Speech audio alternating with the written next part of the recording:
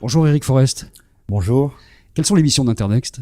Internext a été créé il y a 18 mois pour aider les PME et les ETI à se financer par les marchés. En fait, 3 missions principales, la première étant de couvrir les 740 PME déjà cotées sur nos marchés européens et de les aider à mieux utiliser les marchés. La seconde, c'est d'accompagner des entreprises non cotées dans leur réflexion sur l'utilisation des marchés pour la croissance et le développement. Et la troisième, qui est commune à ces deux catégories d'entreprises, c'est de promouvoir ces entreprises auprès des investisseurs et auprès de l'écosystème. Donc il y a un accompagnement de toutes ces entreprises que vous faites?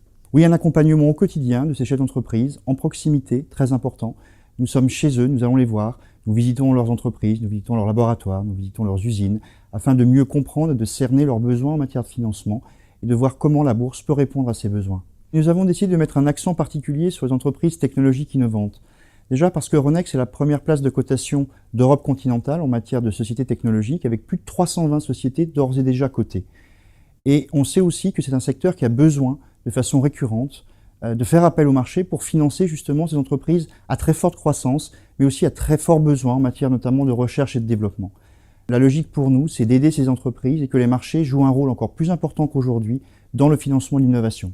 Il y a quelques jours, vous avez organisé Internext Tech Conference avec 400 participants et vous en avez profité pour annoncer pas mal de choses sur l'accompagnement notamment des entreprises et aussi une labellisation qui va arriver. Tout à fait. Donc après quelques mois passés à rencontrer les acteurs de cet écosystème technologique, nous avons décidé d'aller plus loin et nous avons donc annoncé 3 initiatives pour aider ces entreprises et aider le marché. La première, c'est un programme d'accompagnement pour les 320 entreprises technologiques cotées aujourd'hui pour leur donner plus de visibilité auprès des investisseurs. Seconde initiative, c'est la création d'un label qui sera réservé à un maximum de 50 sociétés qui se verront donc offrir des services premium, comprenant notamment un indice, des roadshows, des rencontres avec des investisseurs un peu partout en Europe et dans le monde, et la création d'un club qui regroupera ces 50 entrepreneurs.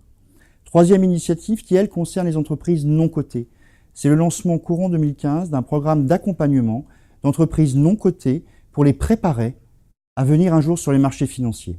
Il y a aujourd'hui 320 PME ETI qui sont cotées. C'est une vraie explosion en quelques mois quasiment. 320 entreprises PME ETI techno-cotées effectivement, avec une tendance qui s'accélère puisque depuis le début de l'année, ce sont 27 PME ETI techno qui ont rejoint nos marchés et qui au total ont levé plus de 550 millions d'euros. Ce qui est 3 fois plus quasiment qu'il y a un an. Très belle progression effectivement, très significative par rapport aux années précédentes. C'est une initiative pan-européenne que nous lançons aujourd'hui avec pour ambition de faire d'Euronext le hub européen des entreprises technologiques.